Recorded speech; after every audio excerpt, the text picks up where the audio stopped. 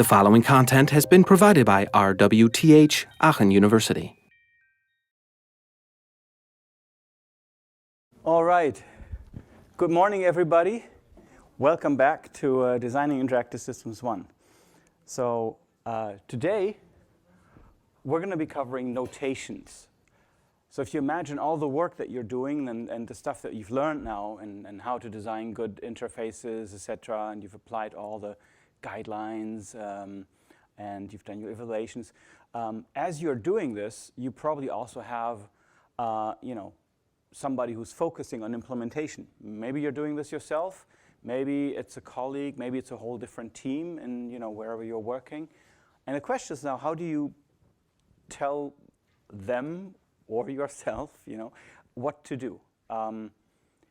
It's tough to communicate interface designs clearly if all you have is, sitting down for a meeting and talking about it. So we have very clear specifications and et cetera in other areas of computer science, where you can say very clearly how you want a certain algorithm to perform, how fast it has to be, or how much data it has to crunch, et cetera, or what kind of formats it needs to take, for example, as input.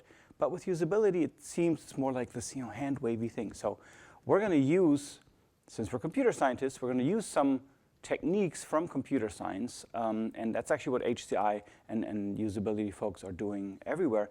You use these very structured notations, and we apply them, we use them to express certain interface design requirements, right? So that's what we're going to look at a bit more today. But before we do, as usual, the quick review. So let's hear some of the 10 golden rules. You can start with anyone. Yes? Keep it simple. Yes, rule number 1. Also, yeah, everybody's like, yeah, that was the easy one. Yeah, so that's gone. Anybody else? Yeah. Use the user's language. Yeah, speak the user's language, right? Don't speak tech jargon in your interface if that's not your audience. Yeah. I think it was somewhat about be responsive. I don't know the complete sentence, but be responsive. Right. So responsive in the sense of, in general, providing feedback, right? And doing that sort of in a timely fashion. We talked both about latency, which is very dear to my heart. So make sure your programs don't lag, right? But also the amount of feedback you provide, right, depending on the situation. Any others?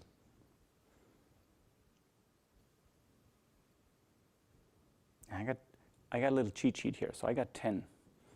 Still have a little ways to go.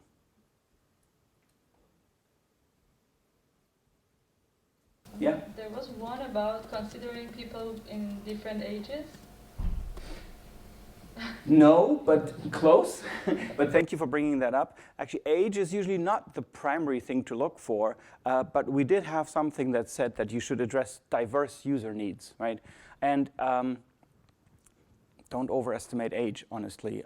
What I've seen over the course of my career is that most interfaces, or users much more often fall into other categories than young and old. It's just something we like to use because it's so biologically, prevalent, but a lot of things, you find users fall into different categories, like tech savvy and tech distanced or not so interested, or introvert, extrovert. Even the Myers-Briggs personality indicator, which you may know, right? Extrovert, introvert, etc. Structured, creative. Even those are much better to categorize and understand how a certain user base is ticking. But yeah, so addressing those diverse user needs also speaks to newcomers versus experts in the particular application, in the domain, in computer use in general, those kinds of things. All right, more, yeah? There was one that was just hire a graphic designer. Yes, hire a graphic designer, which is sort of shorthand for, be aware that your interface is a graphic artifact and that there are really people who are trained to do that really, really well on the visual side of things. And we're not naturally one of those, right? Just be aware of that. And you will be amazed at the results that you can get when you work together with these people. Anything else? We can do a couple more. What if you don't know how to use an interface? Where you go then? Yeah? I think it was like provide help and documentation. Help and documentation, yeah. Help and documentation meaning that, there's this continuum, right? From right at your fingertip, tooltip kind of stuff all the way to documented videos or manuals or stuff like this. Let's see here. I got a few more left. I can see those were the less obvious ones, probably. There's something about, yeah. Maybe be consistent. What I mean is don't surprise the user. Yes, exactly. Be consistent across very many different levels, right? Vocabulary, visual design, how you address the user, et cetera, all these kinds of things. Even in how certain functions work, that it's recognizable that, oh, this is the print function. I know this from this other app or something like that. And then also predictability, avoiding surprises for the user seems like a good idea. And that was also, I think we talked about this, timeouts, right? Timeouts are usually always a surprise when they happen because they are usually not very well indicated and they are usually too long or too short to actually be ideal for the user. Good, we're getting close. There was something about memory that kind of harked back to our earliest discussions. Yeah? What do you think? I was not present last week, but I know about something called don't make the people think or memorize something. Yes, right. Letting them know what is happening. Exactly. So minimize memory load was the formulation we used in the guidelines, which is basically just saying, there's a lot of things that the software already knows, so don't ask the user again about it, right? Don't ask the user to memorize commands if the software could easily display them and let the user select, for example, or file names, right? Don't let the user type in a file name of an existing file, please, and let him pick it from, the file directory structure that's there. Those kinds of things. Okay, I think we're pretty close. Clear exits, closed dialogues was the one that we didn't actually talk about. Which was a little bit obscure maybe, but about this, the sense of progress and the sense of completion that people would like to have when they interact with an interface. So that you don't leave them, did I order that now or did I not order that, right? This kind of stuff. Okay. Then we talked briefly about the human deadlines, which were extending our earliest sort of Bloch law, CMN, perceptual processor type of thinking. Yeah. So the first one was 100 milliseconds. That was like when the perception of cause and effect, I think an example you gave was between the mouse click and the button inverting. Right, that's my standard staple example because it's a discrete event and you want it to feel physical, right? You want it to feel real, and that, at 100 milliseconds it's already definitely not real anymore, but you want to stay well below that, yeah. And then the other two? One was definitely 1 second. Now, I think that was just when something just needs to start happening, Right. If a window opening or something, I think was the example you gave. Yeah. So there's the difference is after 100 milliseconds, you need to show the physical reaction of the system basically to the user's input on a very fundamental level, right? The inverting button, for example, or the click of something, and then you've got about 1 second until you need to show some kind of progress, and it's okay if a window, if the click arrives and within a second the window pops up or something, or the file is displayed, that's great. But if you need longer than that, then you need to start displaying a progress bar. And we talked at length about progress bars and how we all love them and how they can be designed well, but usually they aren't, right? And then there was the 10-second deadline, which was more about at that point, kind of expect people to lose interest. They might be turning to some other task if things take longer, and you need to kind of reel them back in when your task is done. And ideally design things so that they don't take longer than 10 seconds if it's a single process, like starting a print job, for example. All right. We didn't talk about the top performance hits, so we're going to skip that. But we did talk about latency real quick. So we distinguished two kinds of latency in that discussion. Do you remember which ones those were? It was all pretty compressed. So this was input latency and display latency. So if you take your laptop and write a piece of software that says, I'm going to wait, I'm going to display something on the screen, I'm going to let the user push a button, and I'm going to measure how long that takes. How long would we expect that to take? Back to CMN? Yeah? I think it was like closed loop, so 240 milliseconds. Yeah, that's a closed loop to 240 milliseconds on average, of course, right? So some people, if you had 3 cups of coffee, you're going to be faster and stuff like this. But yeah, so there's going to be something on the order of 240 milliseconds. Now, what's the problem if you do that with a modern computer? Yeah. Display latency and also calculation latency latency in the complete setup. Yeah.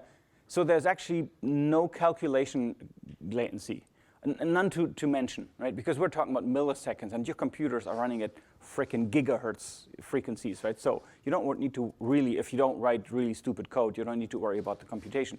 But there's input latency, right? So display latency, just keep that in mind. If you have to do an experiment, your typical HDMI or whatever display is going to add a couple dozen milliseconds of display lag, even if you don't do anything fancy in your graphics like 3D or double buffering, even then. And your USB input device may be adding more than 100 milliseconds to that. And that's significant if you talk about 240 total, right? So your measurements may just be wrong. So calibrate that and measure the time it takes from a button press to when something appears on the screen. And try to avoid slow USB devices. There's some tricks to get around this. Sometimes it might be better to just literally use an embedded, like an Arduino or something that can distinguish, that can recognize a button being closed and react to it within a few cycles, which is like nanoseconds, right? Microseconds, okay. But so that would be a good approach to avoid these things. All right, good. So interaction design notations. I'm going to start with something that I'm referring to Alan Dix's book for, Human-Computer Interaction. This book came up before. You've had a look at this, like the chapter The Human was part of the readings at the beginning of the class.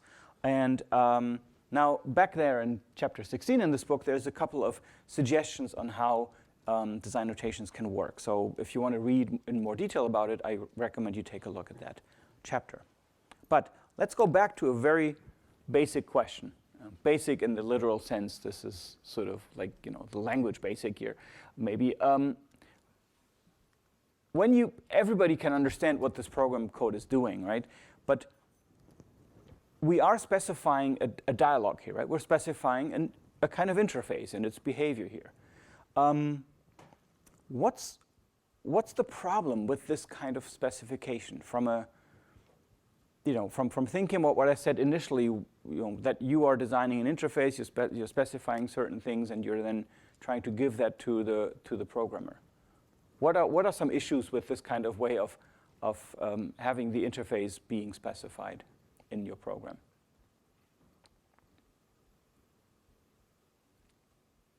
Yeah. Maybe that it doesn't really say where to print and get the input from. Okay, so this kind of description is maybe not the clearest as to saying like what exactly it should look like. You're saying, yeah. I could imagine having an actual sketch of how it's supposed to look, maybe be more useful here. But this is maybe a little hard to grasp. So, do you have an idea? Maybe in the first row you don't know where you enter the number. You don't know what you get. Okay, yeah, you're right. This is a terrible program. That's not my point, though. I'm trying not to criticize the program and like what it does, but the way we specify it. But yeah, thanks anyway for noticing that. So this class was worth it. No, the point here is we are actually mixing the UI description right into the code, right? It's literally the same file. Sometimes it's on the same line, right? If we wanted to talk about like the business logic of this application, like the back end, if you like, then it's something like this, right? You know, n times n, that this calculation happening. Okay, not very exciting calculation, but this is kind of what this program is doing, it's computing the square. So you could imagine if it was way more complicated, that would be somewhere in a bunch of classes or in a library or a framework that would do some calculations, blah, blah, blah. Maybe even some kind of engine if it's a really complex simulation, let's say. But what we're doing here is that right in there, in the same line, we have how the interface is supposed to look and how the user is supposed to create input and output. So the problem here is that if you look at this, it's really hard to distinguish what part of this is user interface and what part of this is actually business logic, let's call it, of the program. Why is that a problem? Well, imagine for once you write this code and then somebody says, wow, your square number calculator is just taking off. It's going through the roof. We need a French version. Okay, so you need to go in and actually edit the source code just to translate it to French. Now, you may not speak French, but maybe you've got a friend who speaks French, and he's going to do that for you, but they're not a programmer. So now they need to learn how to write basic code, although their talent is to speak and write French. So that doesn't seem to make sense, right? So it might be much nicer if a language expert, like a translator, a professional translator, could go in and just see a bunch of interface text blocks and translate those appropriately into the corresponding target language, and not touch the source code in BASIC, right, or C or Swift or you name it, Rust. The other thing is, if I want to change the interaction, if I say, okay, I want to change this from, let's say, I want the input to not be done by keyboard, but I want it to be done via, I don't know, maybe a selector on screen, like a spinning wheel or something on a mobile app, right? Because input on a mobile app is kind of difficult. Again, you'd have to go into the code and change it right here because that is mixed up with what the program is doing as a backend task. So we want to get rid of this mix of user interface and backend. And that would help us to distribute and work together as a team on the software and keep it, for example, translated, etc. It also means if you need to share this with a user, this is not something you should be sharing with the user. If it's more expansive code, you want a version that, again, maybe is more like what you said, like that I can visually see what the interface looks like and what it feels like as a prototype, right? So this is also not really great if you have this kind of representation only.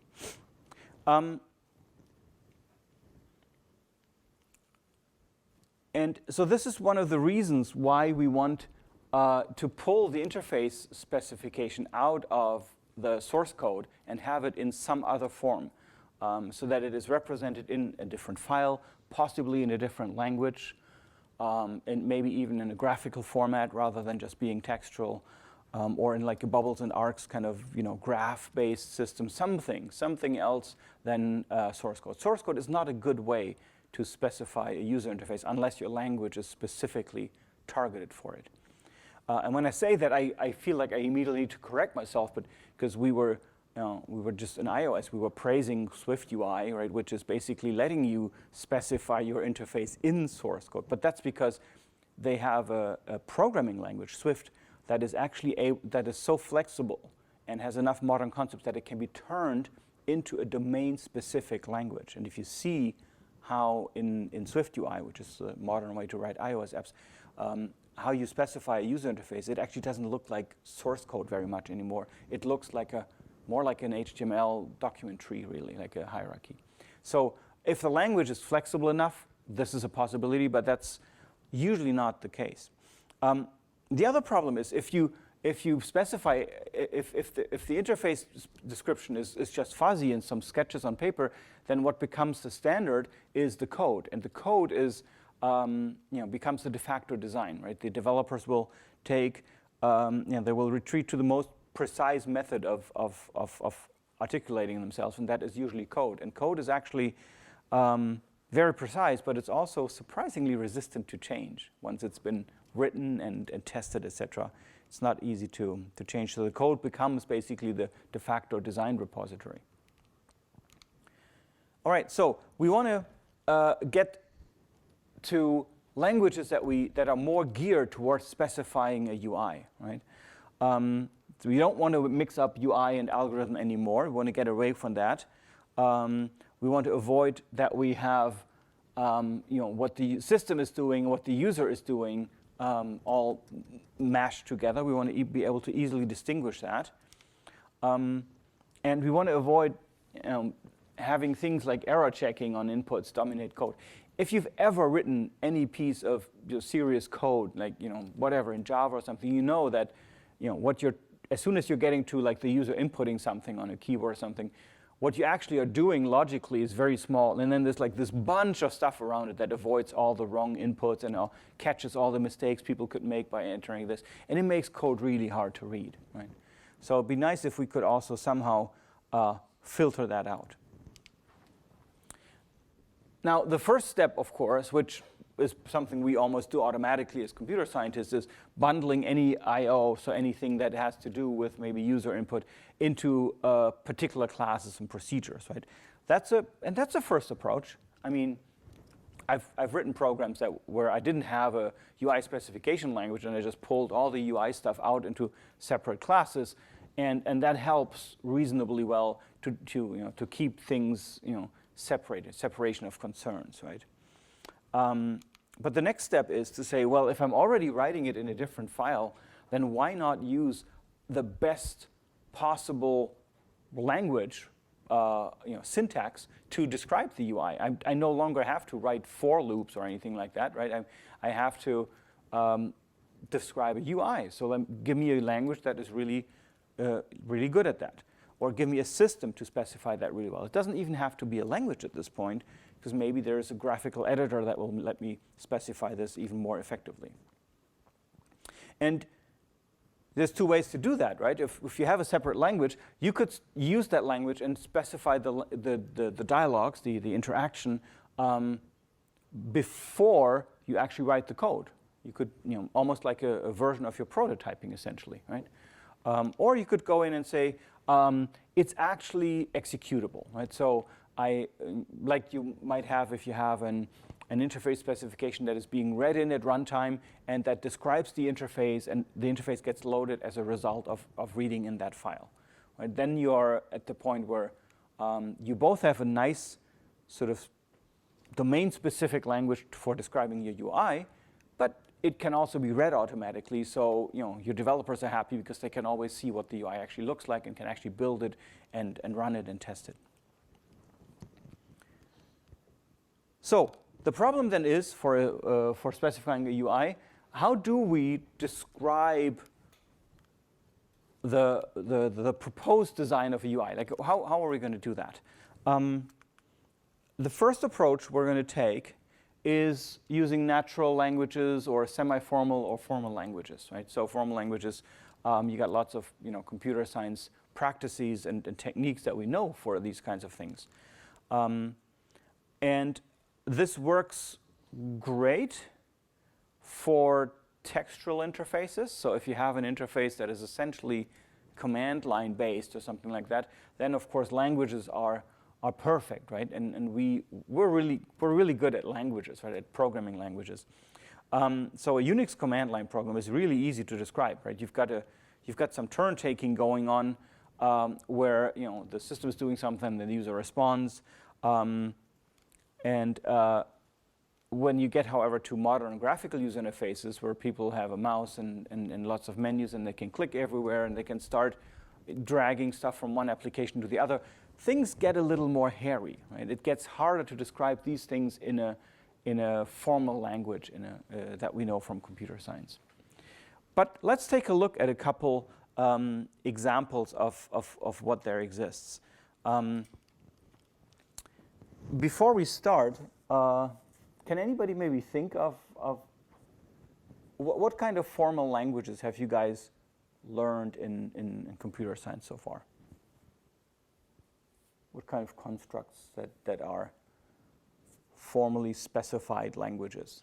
Apart from full programming languages, right? You've learned Java, okay, but we just said we don't want to go with Java or anything like that, like a full normal programming language to specify the UI. What kind of more theoretical concepts do you know?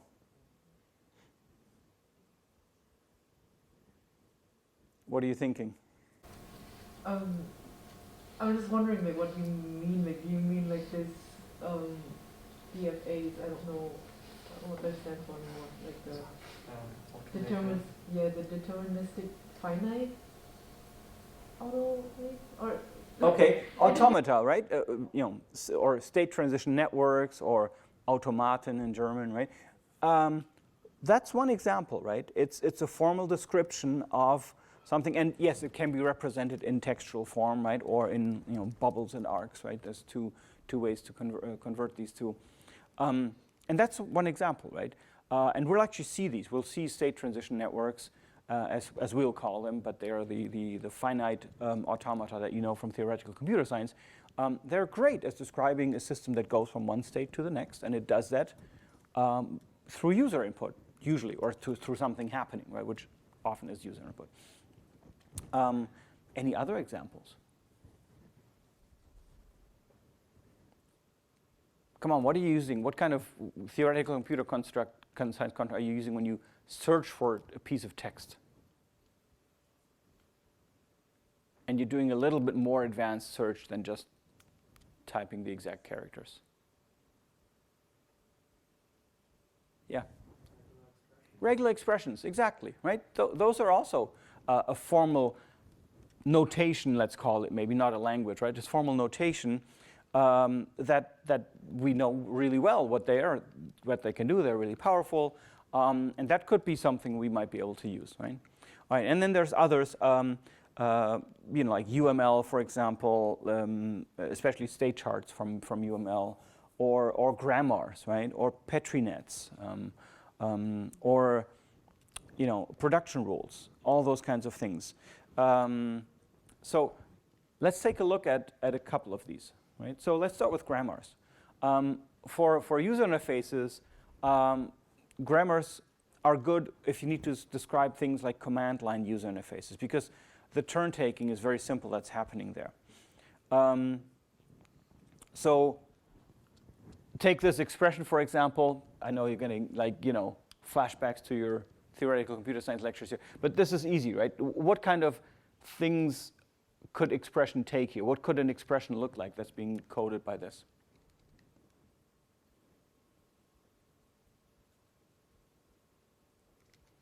Yeah, come on. You can read this, right? Yeah.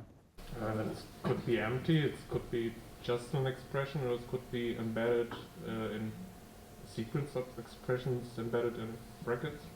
Yeah, but at the very end, then all the expressions need to somehow resolve, right? So it could just be an atom, right? Because atom is not resolved here any further. So in the end, you could get an atom and then back to expression, right? So you could have lots of atoms next to each other, right? By applying this rule multiple, or you could put parentheses around an expression, which could be, for example, an atom, and then continue on, right? So recursively, you can apply this as much as you want. You're going to end up with a string of atoms, right? Ultimately, when there is no more rule to apply, that is, you have no more expressions left in your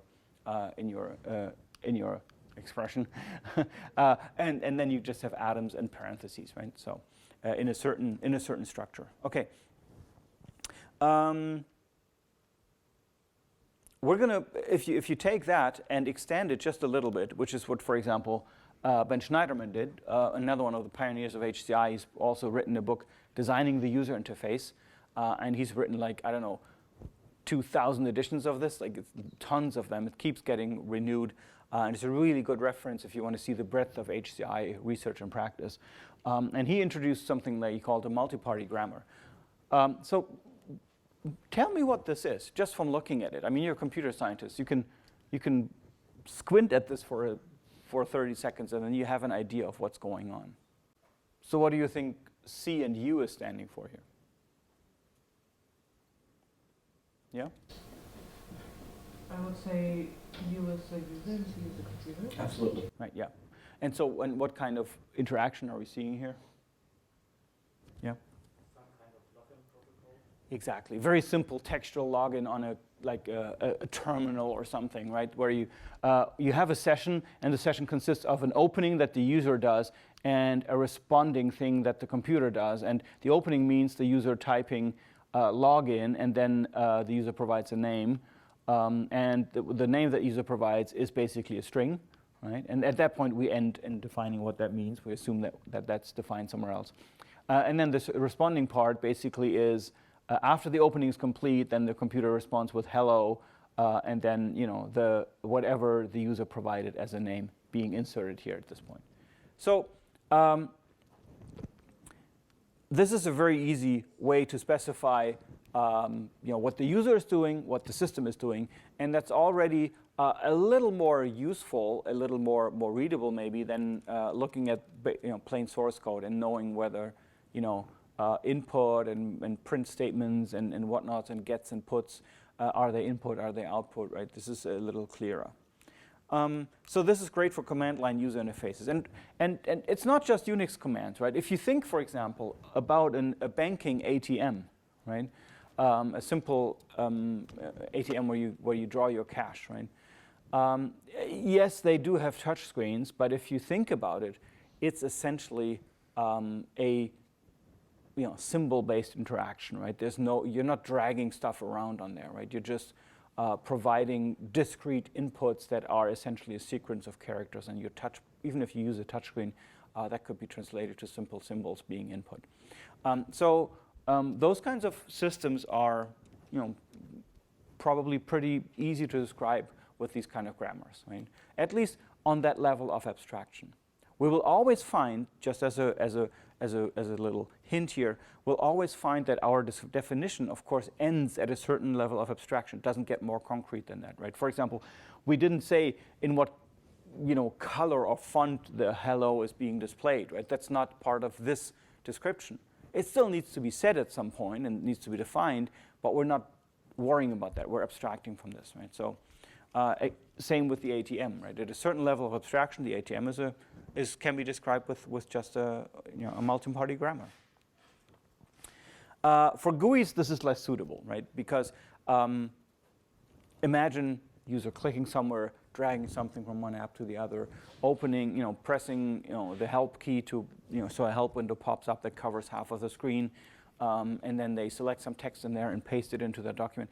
So it gets very messy in what's going on there. Plus, the whole question of direct manipulation, like dragging things around, visually moving things on a 2D plane, like icons, etc., is not something that you want to express with this. But we've got more grammars, right? Regular expressions. We said that these exist as well. Let's assume you find, you go to a company and you start with your user interface designer and you find the stack of documentation, and this is on the first page. Some old description of some old system where somebody defined a user interface. Without knowing anything else, could you come up with an idea of what this might be, what this might describe? So what we're actually seeing here is, if you imagine that you want to select, or that you want to draw a line in a graphics tool like Photoshop, right? You will select the line tool. That's the first token there. And then you will click once for the starting point of that line. And then you'll click a couple more times to define more points of that line. And then you double click to end the line. Right? So it's a polyline drawing tool interaction that's being described here at some level of abstraction, right?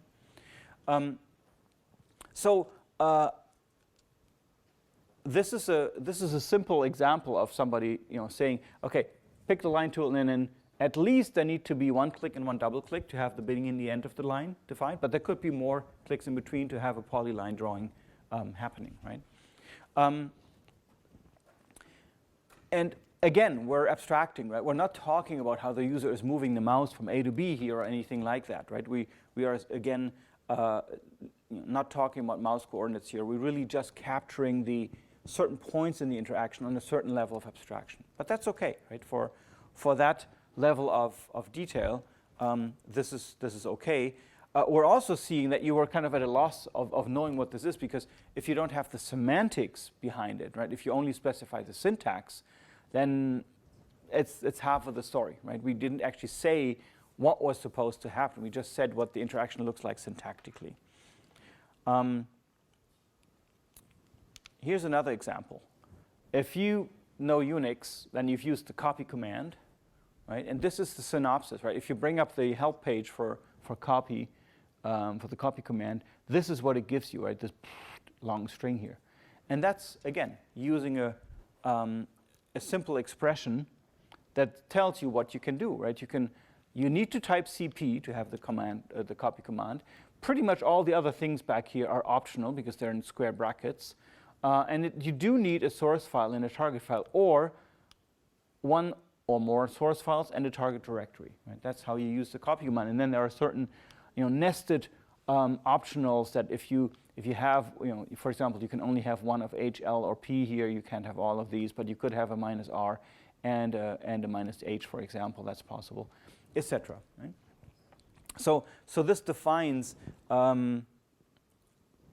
what you can enter, what valid ways are to call the copy command. But the problem is, you give this to a developer that is smart. They will be able to write a program which executes the copy command with all these taking all these parameters, but doing absolutely nothing, right? Not actually copying files, because we didn't specify what the program is supposed to do. So semantics are important. Here we're just talking about syntax for now. Right? So, by the way, these are the policies for how the copy command should recurse into directories, and these are the policies for how overwriting should take place. That's what this actually means if you look at the manual. So these grammars are short. They are very precise. You can basically write a parser that eats this grammar and then accepts only correct sentences or commands. But you do need more information about the semantics behind it. Now we're going to take another look at a wholly different approach of this, almost kind of like the opposite of regular expressions and grammars. Grammars are great at sequence, as we can now see, right? You can say exactly what needs to come after what. And if you don't want to specify sequence, if you want to say there's lots of options of things that could happen, which is actually quite typical in a user interface, right? User could click on any number of things, and when they do, certain other things need to happen. What does that sound like from your vast toolbox of computer science, engineering, theoretical constructs? All right, I'm going to have a word with your theoretical computer science teacher. Production rules, right? So production rules are just a collection of rules that aren't actually ordered in any way. They're all active at the same time. And these rules say, like, if there's usually some kind of trigger condition that needs to be fulfilled, usually by the presence of some kind of token in the production rule system, and then a certain action happens. So this condition will usually be based on a system having reached a certain state or on certain events pending. And that sounds a lot like user interface interaction, right? An event could be a mouse click on a certain button or on a menu or something like this, or at a certain location on the screen.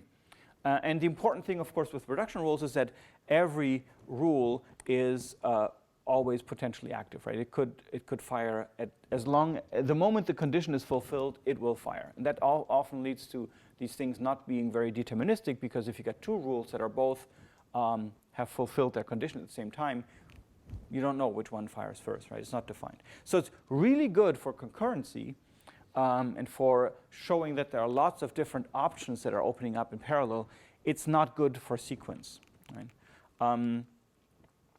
So as soon as you have, for example, this turn-taking between user and computer that is not just sequential, like in a typical command-based interface, then production rules might be a way to go. So let's do the thing that we did before, the definition of the line drawing tool as production rules. And we'll immediately see that in this case, production rules may be not the best way to do this, because we actually do need a certain sequence, right? We need to do first, the user needs to select the tool, Then they need to pick a bunch of points, and then they need to double-click to finish the line command, right? So how are we going to do this with production rules? This is all about tokens. If you want to have production rules and you want to bring back a certain sort of sequence limitation to it so that it can't just fire arbitrarily, you introduce tokens. So, for example, you say, when the user hits the select line command on the menu, then we generate a token that we call first. That's just an internal token so that the production rules work, right? It's not something actually present in the UI. Then, if the user clicks and a first token exists, right? The production rule has created a token called first, then, and the click happens, then we've got both of these things being fulfilled, right? Click and first are there, so the second rule can fire, and it can generate a rest token, for the remainder of the interaction. This is, again, an internal token that actually just ensures that we can have a certain sequence of order of things happening here. So you can see we're kind of, abusing production rules here a little bit to do something that is really quite sequential. But I wanted to stick with the same example. So then, if another click comes in and a rest token exists, then we just generate another rest token, because that models the fact that the user can click more and more points to draw, to have more and more points in their polyline that they're drawing. And finally, if they double click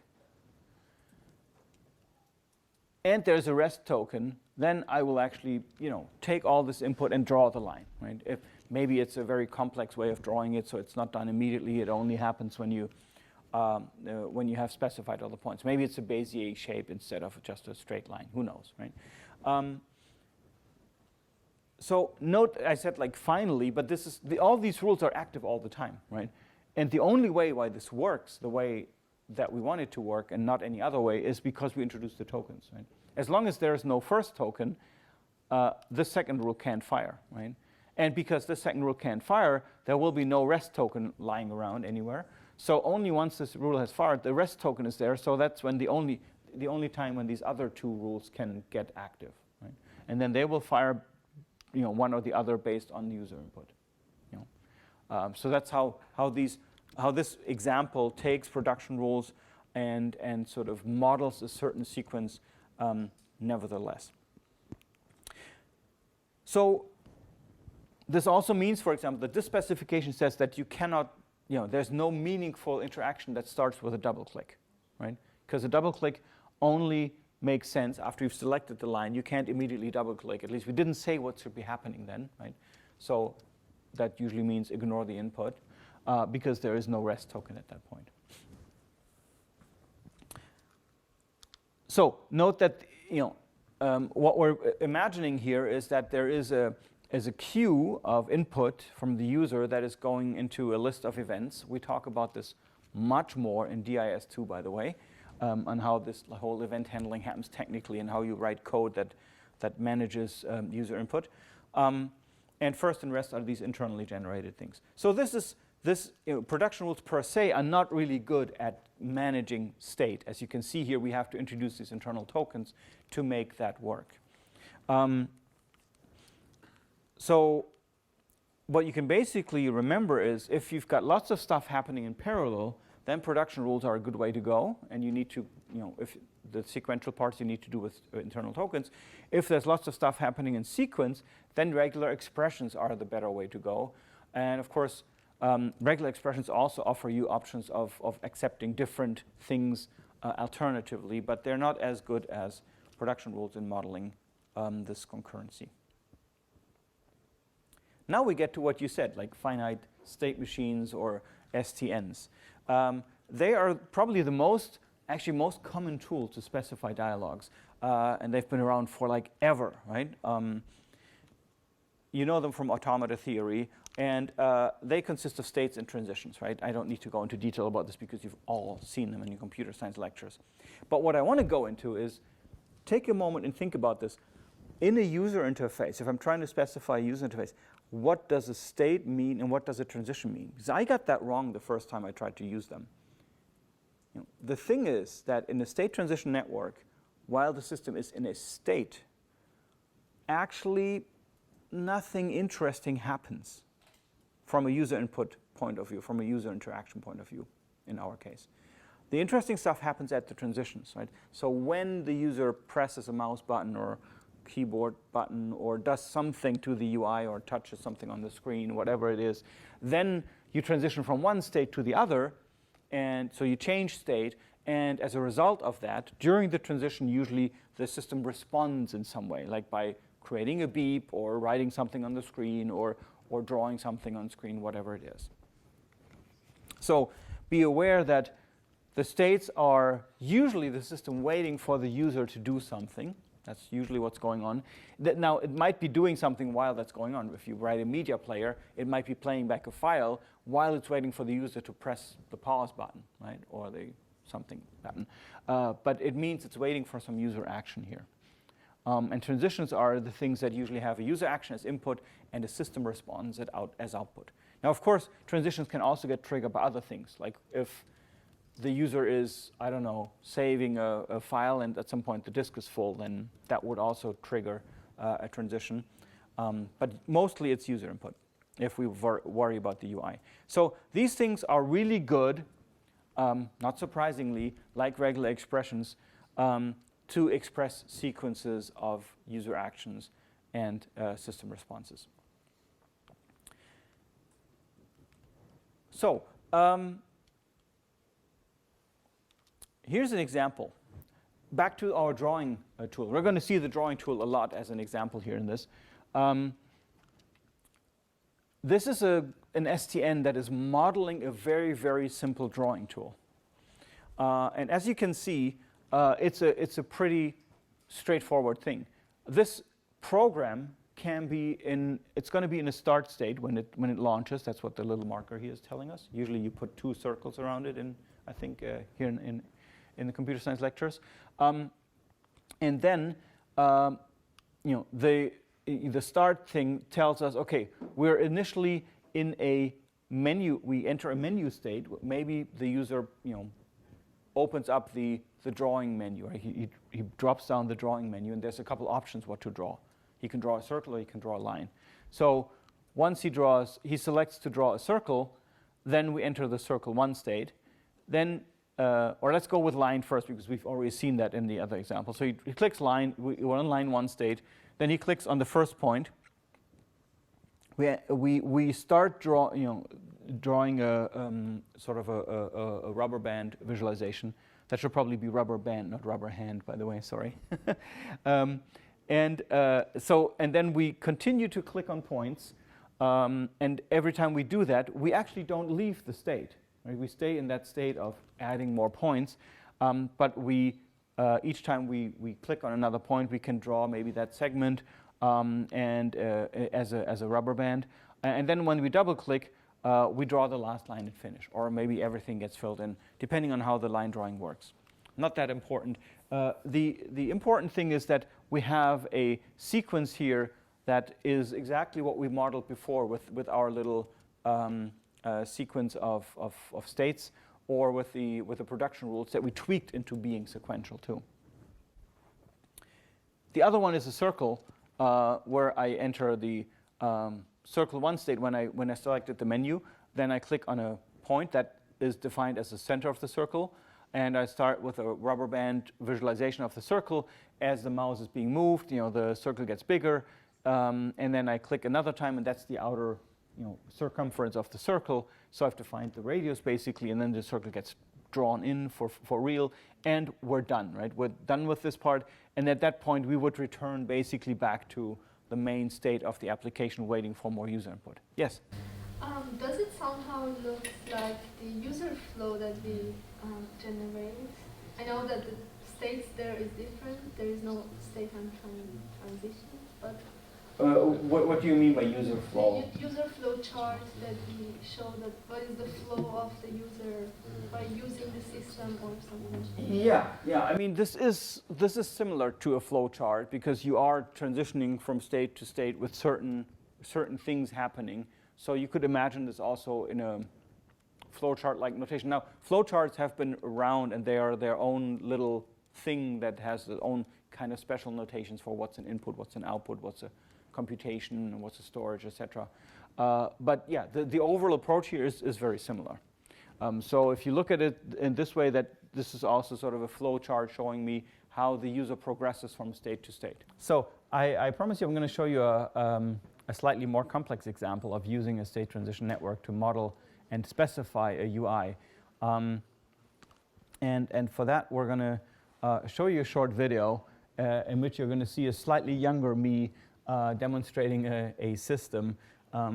This is an exhibit we built.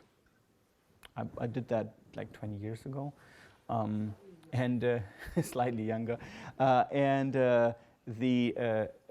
Just so that you had an idea of what the system is doing, right? That system actually just got a re-release. It's still installed, and it's seen like a couple million visitors by now in this museum in Vienna. And we have a version of that up in the lab. But I wanted you to see this system so that you know what I'm going to show you afterwards, which is the state transition network describing the interaction. Okay, so we're going to have computer sound with this one. We should have computer sound. Past, present, and future. It is located in the heart of Vienna, Austria's capital. Its third floor contains 2 exhibits designed by our research group. One of them is Personal Orchestra. This system lets you conduct the famous Vienna Philharmonic. Entering this room, you find yourself in an environment reminiscent of a classical concert hall. On a large video projection, you can see and hear the orchestra rehearsing. Reading the one-sentence instruction on the screen, you walk up to the conductor's podium, pick up the baton, and press the button on it. This baton is all you need to use this exhibit. Moving it up and down and pressing the button lets you select your language. The next screen explains how to conduct and lets you select a piece. We will choose Vienna polka. Now the orchestra waits until you start to conduct. The size of your conducting gestures determines the volume of the orchestra.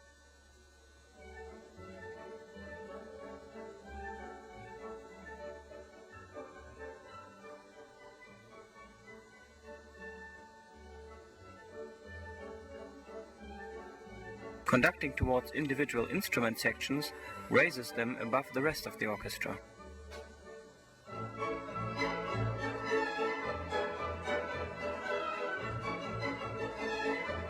But best of all, the orchestra follows the tempo of your conducting, using a special algorithm to change audio and video speed in real time without changing the audio pitch.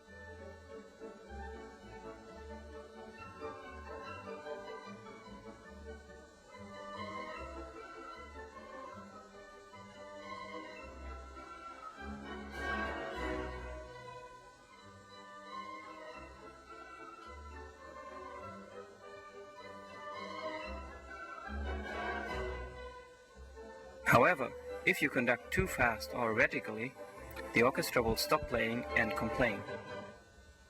Ihre Schlagtechnik ist ja völlig unprofessionell. Das geht überhaupt nicht. Das erinnert mich an das ganz alte Sache an Dirigenten, die überhaupt nicht dirigieren konnten.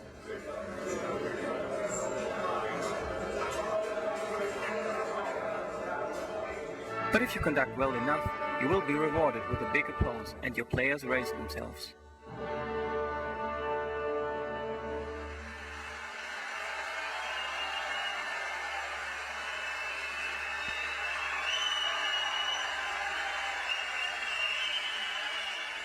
After that, you can pick up a certificate at the museum shop to show that you conducted the famous Vienna Philharmonic Orchestra. This way, Personal Orchestra lets anybody experience what it is like to conduct the Vienna Philharmonic, and that conducting is much more difficult than it seems. All right, this was a fun project. I got to hang out with the Vienna Philharmonic and go to the Golden Hall, like the room, and tell them how to play their pieces and stuff like this. And the applause after that was stolen from a Michael Jackson concert CD. So it was a great project. If you happen to come to our lab, you can play with this occasionally. But now, what about SDNs in this context? I'm going to show you a fairly complex. Don't worry about not being able to read this. We're going to zoom in a sec. This is a reasonably complex, complete sort of user experience STN, right? Showing us what states exist in the system and how we transition from A to B to C. So starting with this, I'm going to zoom in the first part. What you can see here is when the program starts, we see an introduction loop that is going on. When that is the loop where the orchestra is like silently practicing, and that's sort of the attract state of the exhibit when nobody's using it. When somebody walks up and picks up that baton and clicks a button, it actually fades away. And then when the video fade is completed, it switches to a language selection screen. So it lets you pick whether you want to see the German or English instructions. Once you've picked the, you can basically go up and down, and you can see this in this state, there's a lot going on, right? I'm moving my baton up and down, and it's highlighting different parts of the screen, saying like you have now English or you've got now German selected. But we're not modeling that in this level of abstraction, right? Only when the button is clicked, we switch to, we dial that language in, we fix it, and we switch to the selection of a piece. And similarly, then the user picks a piece, one of, I think, 5 or so that are in the system. And once they've selected that by, again, clicking on clicking the baton button, it kind of works a little bit like a Wii, a Nintendo Wii remote kind of indicator. You can imagine it like that. Except this was in 2000, so a little bit before the Wii. So the piece is selected, or maybe you pick the info page, which is a little bit of information on the system. And then once you've done that, you then basically, the system waits for you to start conducting. So the orchestra is sitting there frozen, and then you start conducting. Then we play the audio and video, and then we have this state, which we call, finite state machine conducting, which is a little bit of an understatement, right? This is where almost everything complicated is happening, right? We're tracking baton movements, we're adjusting volume, we're adjusting, more importantly, speed of the orchestra, which is kind of tricky because if people speed up playback, you can't just speed up the playback, otherwise you're going to change the pitch, right? So it's doing some time stretching in the background, and as that's all happening in the state. So there's a lot going on in it, but not on the level of overall user experience that we're modeling here. We're just saying once people are done, there's 2 ways. Either they made a mistake, then you get the complaint sequence, and after the complaint sequence, we go back up to the piece selection, or you get through, and so then conducting ends, you get the applause and the congratulations page, and the thing also goes back up to let you pick a new piece. So as you can see from this description, we were able with this diagram to do a couple things. One, this helped me and my undergrad students that I was working with at the time, because this was during my own PhD, to model and to just to agree on how the system is going to work on a sort of bird's eye view, right? Secondly, this is something we could take to our client, the museum in Vienna, the House of Music, and show them and say, like, this is how we imagine it. Anything you see wrong with it? And they could have said, well, I don't know, we want people after the complaint sequence, we want the same piece to start again because we think that's better or something. So you can have these kinds of discussions on a high level of abstraction. Okay, another example, another exhibit. This is 10 years later. This is the World Expo 2010. Like every 5 years, there's like a Weltausstellung, a World Expo. It was in Shanghai that year, and through some weird shenanigans, Germany had managed to get a second pavilion, which normally nobody ever gets. But that's another story I can tell you over a beer or Apfelschorle. So we were tasked with designing an experience for that second pavilion for the World Expo, and we decided to do something where you, since this was in Shanghai, so we thought about Chinese shadow play as a traditional art form, and the story of the expo that year, the motto was to help design the city of the future. So we imagined, well, it would be a good idea if people learned that caring about your own quarter, about your own viertel, your own neighborhood, is a good way to start creating a nicer city to live in. And so we had everybody walk in here, like 16 visitors or so, standing in front of these large projections, and then they would do some shadow play. And by doing the shadow play, they would create their own little houses and trees and water connections, water pipes, and electricity connections, and they would basically create their little own neighborhood. And once they were done with that, they would walk out and they would get a little fridge magnet with a number on it, and they could look up their little neighborhood in like a SimCity environment that we put online for them to check out. So what I'm going to show you here is this is actually part of the description from this whole system. I'm going to show you the video running here. So here you can see people standing in front of this, in front of the system, and they get welcome to the game. That's me talking there, and then all the instructions were repeated in Chinese because the folks also had Chinese instructions. So then they were told what they need to do, or like a preview of the game, that they would be creating buildings, energy connections, and trees and water connections. Turn that down a little. And that they would create each of these with shadow play. This is digital shadow play, right? So we had a camera behind them that was looking at them and that was seeing their silhouette in front of the screen, and then we displayed that silhouette here on the screen. You can see it. It looks almost as if it was cast by a real lamp, but you can see a little bit of delay, so it's digitally created. And then it's simplified into, for example, in this case, a shape of a building, right?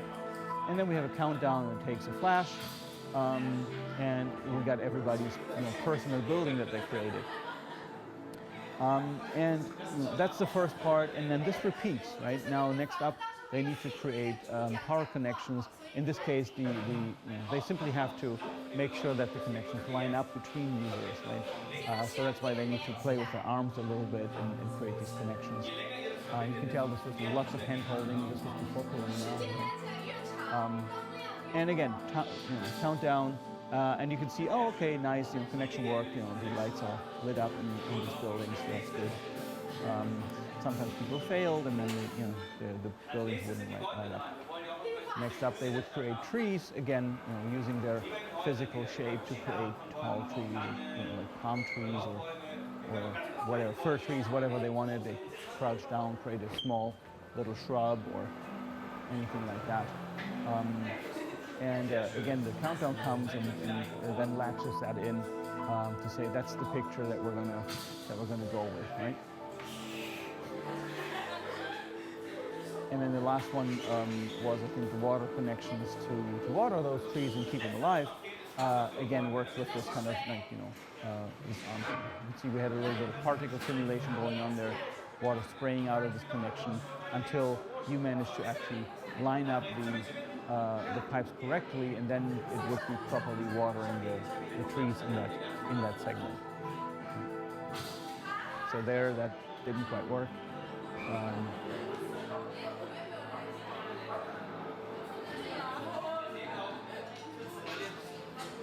Right, so now we've got trees and all that kind of stuff, and then we returned that into a different kind of SimCity-ish visualization based on a big database of building images that we had from the architecture department. We did work with architects on this. We were doing graphic design, so we followed rule number 10.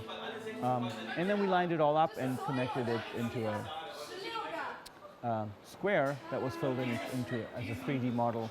And that square was then given a number, and people got a fridge magnet like the one that you see down there that we scribbled the number back on the back of. So you could, once you leave the building, the exhibition, you could go out, take that fridge magnet, go to the website, and look up your little square that you created, plus a picture of everybody who was in the room at the same time. So they had a picture of your group that created the building. All right, so that's the experience, and here's our example of how we set this up technically, just so you know what you're going to see in the STN in a minute, how that belongs to everything. So we had these 16 screens, 2 screens above each other actually were combined to create this like really high display. A couple of game computers were running these screens. There was a server that was creating all the essential state, basically. So that was the only thing that knew at what state the system was at any time. and all the other computers were being driven by that server, were told what to do. So they didn't have their own state. They were always following the state messages that the game server was sending out.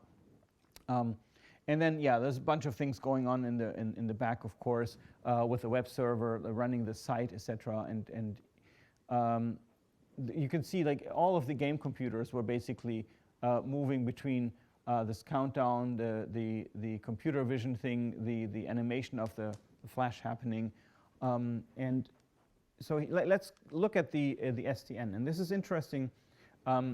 Because we used a bit of an unconventional notation, but that's fine, right? As long as you agree upon it in your team and you know everybody knows what it means, that's totally cool, right? So for example, we had a special logo like this means that the operator who's running the exhibit, because you always have somebody who is running these kinds of large exhibits when visitors are there. So running the ride, if you want, he could press a pause or continue button if anything went wrong, like somebody, I don't know, got sick or something, then you could stop the experience for everybody, or they needed some extra time to settle in. They could do that and stop, for example, the timer at any time and then continue with it, and only when they did that, then it would continue to the next state. And here you already see a little design detail that I just want to point out. Let's imagine this thing is going through each of these states by timers, right? So it's moving from state n to state n+1, right? But if the operator presses the pause button because somebody needs extra time to prepare, then it stops the timer. Now, what should happen when they say continue? You could, at this point, just go back to that state and say, we're going to let the timer run. But that doesn't make sense, right? By the time that the operator has determined everybody's ready for the next state, we don't need the timer to continue running. At that point, we can immediately go to the next state, right? So these are examples of the kind of design decisions that are encoded into these things and that you can actually talk about by seeing it like this. Now, this is a little bit more involved, but we don't need to go through all these because they're always the same. But you can see here the server basically initializes, turns on certain spotlights so you can see where you should be standing, ask people, the next group to move up and take their spots. And then just, the operator presses the start game button, and that's when it displays the welcome screen, times down, lets people pose for the buildings, turns off their spotlights so that the silhouette recognition works. And then when a timer comes, it basically counts down and displays the result, right? And then this happens for each of these other electricity, trees, and water, and so on. And then out at the end, it shows the whole city with the full result. And then we call it the state please leave, which basically kicks people out so that the next group of people can come in. I mean, we had like, I don't know how many hundreds of thousands of visitors going through this in the weeks that the expo was running. And the clients are much simpler in this case, right? So for the clients, you can see here, in any state other than the maintenance one, they wait for a message that says, go to the following state, and then it does that, right? So it's following the messages that the server is sending out. So what you can see here is, it initializes itself, runs certain code, connects to the servers, and then it's waiting for that to happen, right? And then it basically, says, okay, if there's a sort of a mistake because some client, got recognized twice, then it displays an error. But other than that, it'll just basically sit there, and whenever it loses in any state, when it loses its connection, then it will basically try to reconnect to that. These are just examples of these things that are happening. When the server says, go to the state of electricity posing, it would do whatever it needed to do to display the corresponding things in there. One other thing I want to show you is this by itself is maybe a little technical, right, for a client to understand. So what we did is we extended that. We said here we have our STN being displayed. We added some add additional information here. For example, DMX is a professional stage lighting system. Maybe you've heard of the standard, but that's how professional studios and stages are being lit with the DMX standard. So this was all the DMX controls we needed to control the light in the whole building, right, in the whole experience. And we can also see here we added some description of what's going on. So that's easy for people to read who were like our clients, which was the Goethe Institute, actually, were the people carrying out this work. And then here we had the visuals, right? So what you would be seeing on each screen shown alongside these states. So this is a nice, visualization of what's going on right here. People are making we're explaining stuff to people. We're counting it down. Next up is this, and then there's another countdown for the electricity, and then there's another one for the trees, and then there's another one for the water connections, right? And so then we wrap up this thing, and we say, now get out. So it's a nice way to see that this is a way that everybody was able to discuss and agree upon how the exhibit should actually work. Right? All right, so SDNs, pretty useful, for these kinds of things. They are pretty clear in what they mean. Everybody can easily understand them, even if they're not a computer scientist. But as a computer scientist, you can use all your knowledge about SDNs and how they work and how to model stuff with them in this task. One thing that sometimes can get a little out of hand with SDNs is just the sheer sort of amount of stuff, right? And in this case, one thing you can do, it doesn't change the fundamental expressivity of SDNs, but it makes things a little easier to handle, is to go hierarchical. Moving back from our exhibits here into the drawing example we started with, here's an example of a hierarchical SDN. Assuming your graphics app starts in the main menu, and then you could have the user select graphics, text, or paint, right? We so far have dealt with a graphics submenu where we had circle and line to draw. Technically, everything would go in here, right? The whole complex SDN for drawing circles and lines. But if you want an overview of the system, this is nicer, right? And then the graphics submenu is just a sub-graph, basically a sub-SDN that gets plugged in here. All you need to define is where is the starting state when we enter the subgraph, and where does it exit again, right? So then you know where these arrows are actually connecting to. So that's a nice way to make SDNs a little bit more readable. It doesn't fundamentally add, you can't model anything with this that you couldn't model with plain SDNs. It just gets more readable that way. And that lets you, maybe describe an entire system dialog structure with this.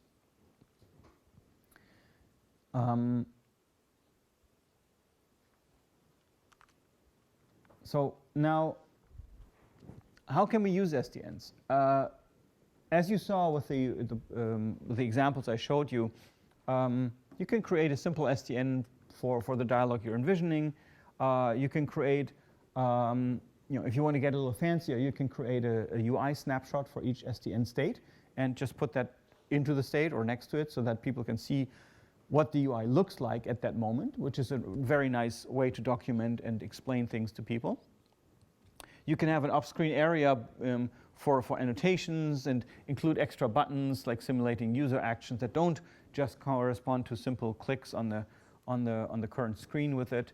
And when you walk users through your prototype, you can basically use an SDN to tell you what your interface is supposed to be doing. Remember, a paper prototype is stupid, right? It usually doesn't, especially if it's a flipbook, right? It's just 20 pages of user interface states. Who knows how it's supposed to work, where I'm supposed to go when the user taps on button 5 on the first page. So the SDN could be your little cheat sheet telling you how to drive your paper prototype. An alternative, of course, is if you don't want to do this, you could actually have the computer run the SDN to run your prototype, right? So if you imagine you put the SDN, I mean, it's a super easy programming concept, right? And it could actually run your prototype, and that's what you do essentially when you build things in Keynote or PowerPoint, right? You are defining transitions based on certain actions, and each state is one slide on your PowerPoint. So that's an easy way to do this. So if we go back to the SDN here, let me show you that real quick. This was the SDN that we're talking about now, right? So this is the main one with graphics, text, and paint, and this is the graphics menu in detail with the circle and line one. You remember these. And if you were to do this as a graphics tool, then you could have something like this. You could have a bunch of slides on which you could then, for example, actually use this and say, okay, what if the user now clicks on the graphics menu, right? What happens then? Well, then the circle and line menu pops out, right? And when they do this, we get, when they select the circle, then they get to the state circle 1, right? So then they could basically click on the center here.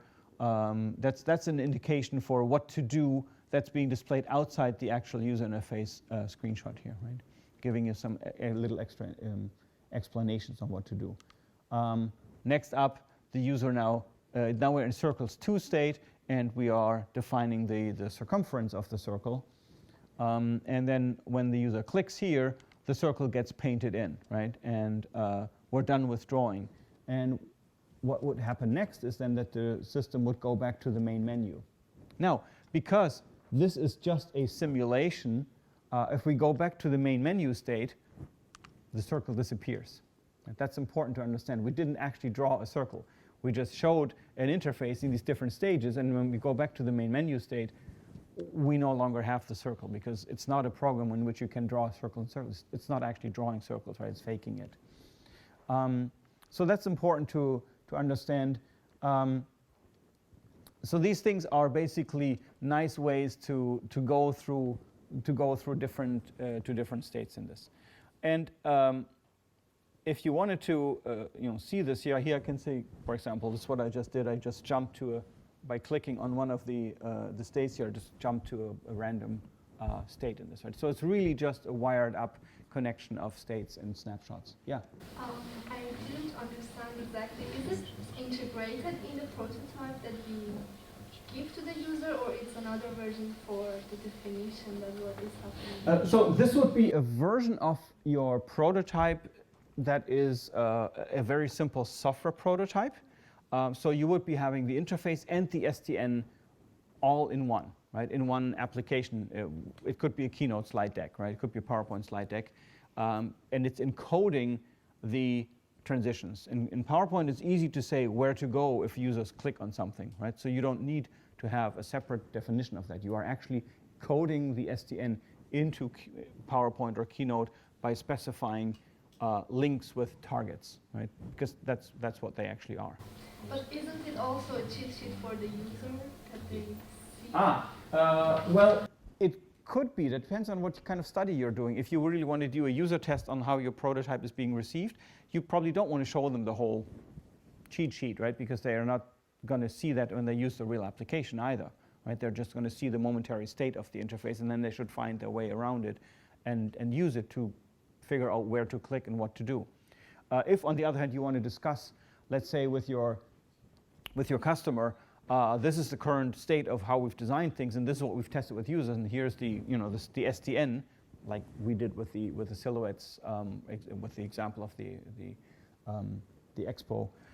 Then yeah, you want the whole thing laid out, and that's a little trickier if you just have the PowerPoint prototype, because the links in PowerPoint are not something that you could show visually as an overview, right? They're just coded into the presentation. This used to actually be a little application, this prototype here, in HyperCard. HyperCard was a predecessor of Flash, which was a predecessor of modern animation toolkits, basically. And in there you could create these little screenshots with links between pages. And then you could do both things. You could let users just use it as a screenshot prototype, basically, or you could actually let them navigate through the whole different sets of circles and line states, etc. here. All right. Now, a couple things you can do with SDNs. You actually have a chance of checking for things like completeness, right? You could say, can I get everywhere from everywhere, right? If there's any state that I cannot reach from some other state, you're in trouble, right? Because that means that some part of the UI is basically going to get locked out at some point, possibly. Also, and that's much more likely to happen, are all the possible actions actually covered in every state? Remember what I said about the double click, right? The double click doesn't do anything when I do it right after selecting the line tool. It doesn't do anything because it didn't specify a transition from the line tool selected to somewhere else with double click as the action on it, right? If that doesn't exist, it means the UI should ignore it. And there will be many of these, right? In most cases, you will have some kind of action that just doesn't mean anything at this point. But you may also have overlooked something, right? What if users wanted to double click right after they selected the line tool? Is there maybe something useful to do with that? I don't know. So you can find out, and that's easy to analyze if you have an STN formally described, whether all actions are actually covered in every state.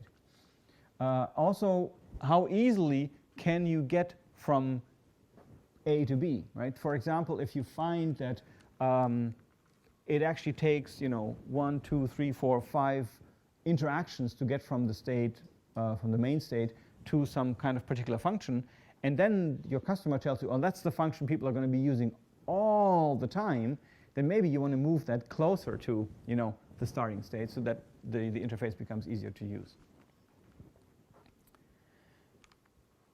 You can also look at reversibility, right? You could ask yourself, when I am in a particular state, is there a way to get back to the earlier one? Like, for example, as I was in the drawing line state, how do I get back to the main state?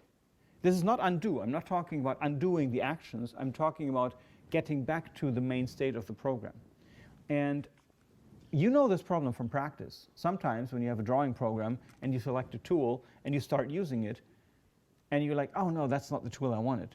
So how do you get back to just picking another tool? Some programs will actually force you to actually complete your whatever square or something that you wanted to start a drawing before you can then go back and pick another tool or delete the shape or something like this. Others will let you escape out of what you just started doing, and those kinds of things you can verify with an SDN. Finally, you can also identify dangerous states. What does that mean? A dangerous state would be one thing where users might be doing something that they are not intending to do and that might have some adverse effects like losing data. I'm going to show you some examples for these things on the next slides. So completeness, here's an example. Here's our good old circle and line drawing thing. But what we see is we say here what to do when we double click to draw the last line. But we did not specify what happens when somebody has gotten used to completing their drawing with double clicks and then does that when they are trying to finish a circle drawing. We didn't say what double click does, so by default it wouldn't do anything, right? A developer would not implement anything to do on a double click. But maybe we want it to mean the same as a single click for convenience, so users don't get thrown off the trail, right? Reversibility, here's the example.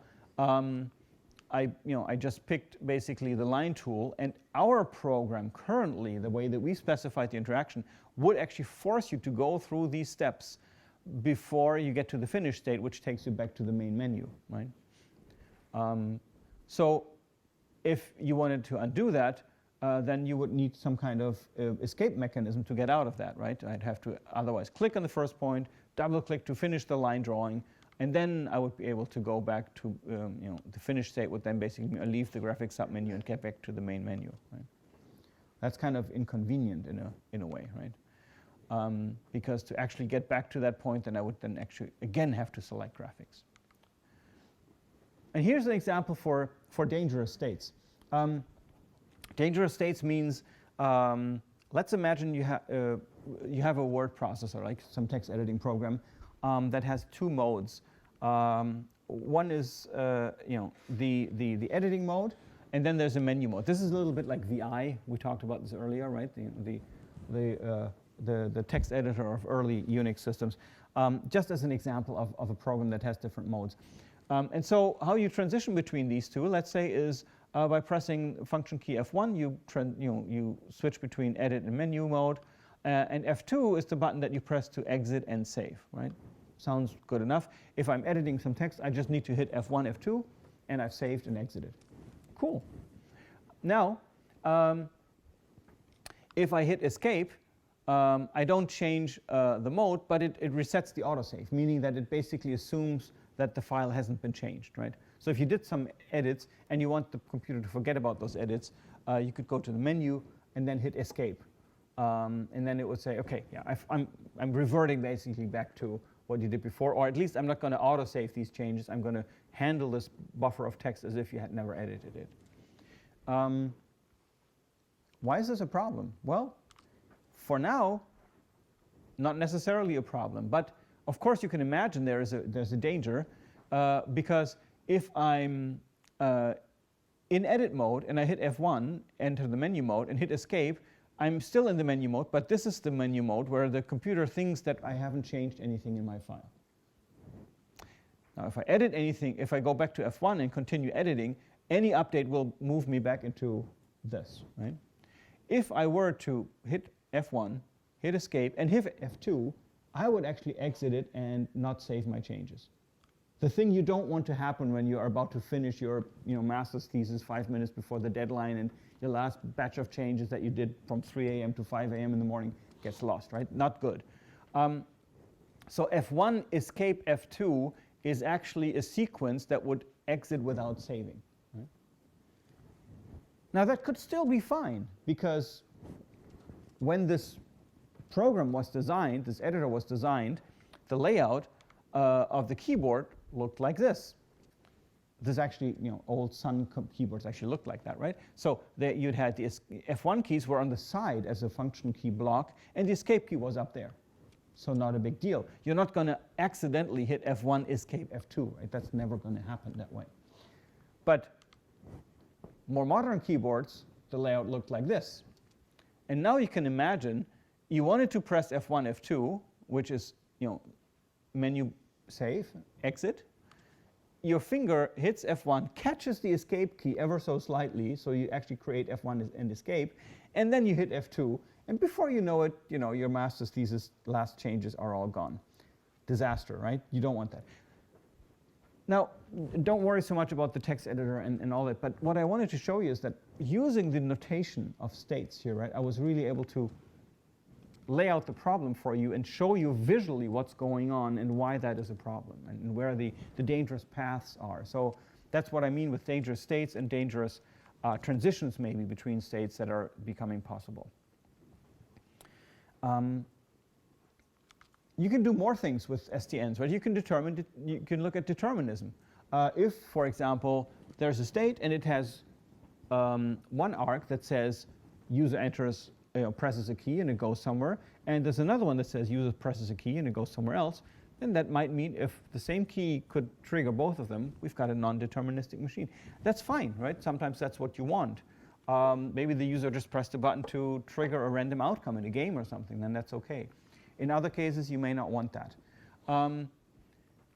If there are several arcs and that is a deliberate design choice, then you can basically have the application decide on what to do with that.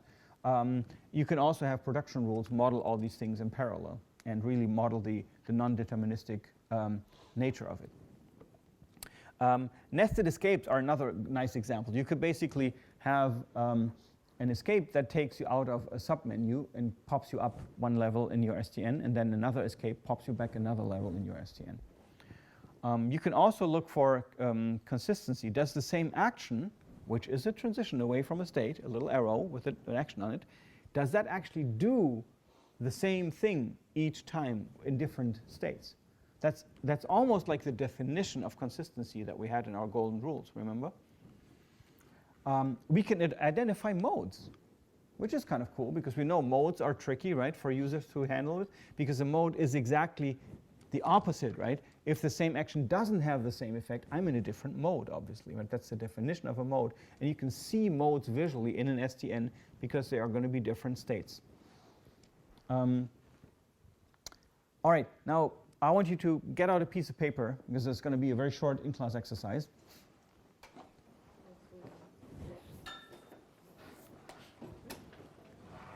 I would like you do this in groups of 2. Maybe you guys can find yourselves together in groups of 2 if you're sitting by yourself. I just want you to draw a simple state transition network for a very simple dialog box, right? So we are imagining we have this box open, and this box has is there to set some text style, right? We can set bold, italics, or underline, or any combination of these, right? This left part shows the preview. Don't worry about this. The only thing I want you to do is draw a state transition network for a first version of this thing that has only a bold checkbox, right? So forget these 2. Just draw a state transition network for this dialog, right? Bold can be checked or can be unchecked. Once you've got that, draw a second one that has bold and italics. And then once you've got that, draw a third state transition network for a third dialog that looks like what you see here. Okay? So start with just the bold for kicks to see what the state transition network would look like. Let me show you this. You may have finished this up. You may be on your way towards it. It's not that tricky, really, if you think about it. We've got this if you just have a bold checkbox, right? So no style is selected, and you click bold, then that selects bold style only, right? And the same way back, right? You could also have 2 arrows there in one direction each, going back and forth. And each time the action is the same, right? I toggle the bold checkbox. I click on the bold checkbox. Click bold is what I mean by this bold in apostrophes here. Now, if you add the italics state, you find that, well, no matter what bold was before, I can click italics, right? But it takes me to a different state. From regular, if nothing is on and I click italics, I only have italics on. If I do that in the bold state, the same action, clicking italics, takes me to a new state, bold and italics. So now I have 4 states. And you see where this is going, right? If I now add underline, I have to duplicate the entire automata and have, from every one of the 4 old states, I now need a transition that explains what happens if I click underline, right? Because I could do it in any of the 4 old states, whether in regular or bold or italics or bold and italics. And each time, of course, it takes me to a different state, because it will be exactly the same thing as up here, only with underline added. So as you can see, this can get tricky. And now if we add another option, we get, I always wanted to say this in a lecture, hypercube, right? 4-dimensional, right? Because this is now an example for adding, for example, capitalized, right? So this is our old cube, right, that we had. That was in 3D. And then, of course, we have another cube here to the right. And each state on the left is connected to its buddy state on the right. And all these blue transitions are the transitions that happen when you hit the capitalize button or toggle that checkbox. So this is known as state explosion, right? So what we just did is we combined 2 concurrent STNs with the same number of states in this case. In the simplest example, we had the bold STN with 2 states and the italics one with 2 states. If both options are available, you got 4 states, right? N times m. And we saw what that means is, of course, an exponential growth of the number of states, right? That's what's known as state explosion in STNs, and you may even have heard about that in theoretical computer science. So this gets messy, right? At that point, I think with this, with the hypercube, you can see that it's it looks very messy for the simplicity of the dialogue that we had underlying, right? We would like a simpler expression of that dialogue that explains what's supposed to happen if we could. That would be really nice.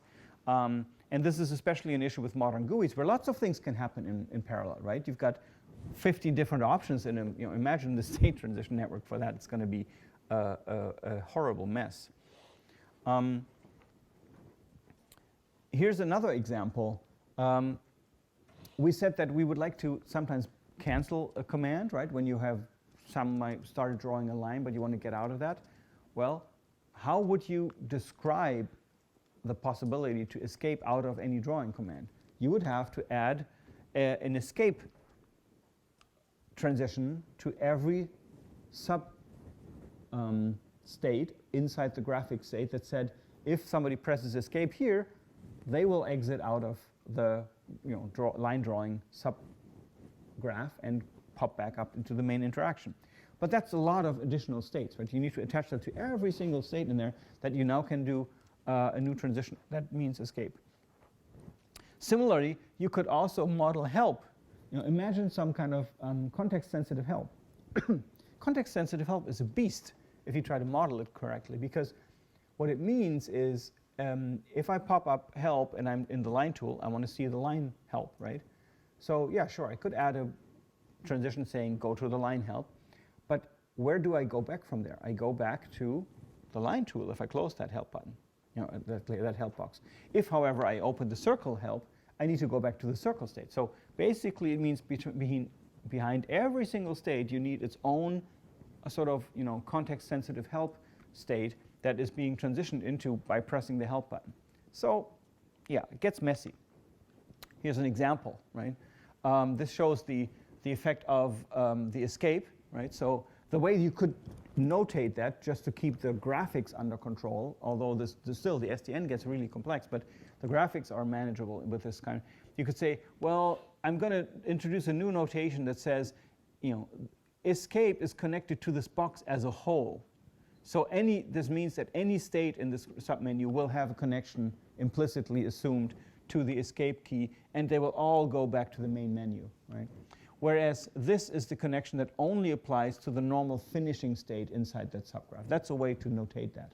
And that's okay, right? It's visibly manageable. Similarly, here's the problem with the help subsystem, that there isn't much you can do. You really have to basically say this help subsystem goes back to this state, and this one goes back to this state. So you could attach these, because now you can't notate it this easily, because I'm leaving this state when I enter the help subsystem, and I need to define where I go back when I come back from the help system. And that's different depending on where you came from. So we're trying to create almost stacking, right, in these state diagrams, and that is sort of a tricky beast. The way to address this is using another concept you guys know from theoretical computer science. Any ideas what we could use instead of state transition networks?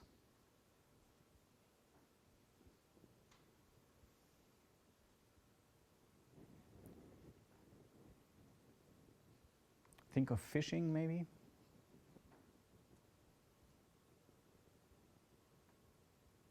I know that's a terrible help I'm giving. Petri nets, right? Petri Heil. Petri nets actually work great to model dialogues that have several states at once. What do I mean by several states at once? Well, this thing we had, with several checkboxes, each checkbox had its own state, on or off. And we wanted to, we need to keep track of each of these, right? Petri nets are not great for sequential dialogues and mutually exclusive things. For example, a radio button stepping through option A or B or C. Super easy with a state transition network, right? That's exactly what they're for. But a checkbox, as opposed to a radio button, needs, well, if you want to keep your wits, needs something else. And of course, Petri nets are old, right? They are, basically, here, this is how we're going to talk about Petri nets. We got places with tokens inside them. We've got transitions. And the ellipsis is a special kind of place in which when you place a token there, it represents some kind of user input, right? So that's the version of Petri nets we're going to use. And how does a Petri net represent state? Well, by the distribution of all tokens across the Petri net, because there can be more than one token, right? So where all the tokens are defines the state of a Petri net. So, for example, here we have a question when a transition fires, right? You know, a transition fires when all the input places have one or more tokens, right? So these two tokens these two places have tokens. If I now put one into this maybe input place here, then by representing a user click, for example, on a checkbox, then all these three get the transition fires, all the three tokens disappear, and new tokens appear in all the output places, right? That's the logic of a Petri net. All right, your brain, one more time. Draw a Petri net for the same dialog box. We're just going to do bold and italics for now. And in fact, you can again start by just thinking about bold for a moment. Just draw a Petri net that models a dialog box that has bold and not bold as two possible situations. And then think about how you're going to add italics after that. Forget the underline for now. So think about what are the states, what are the transitions, what is the user input, what are the places that represent user input.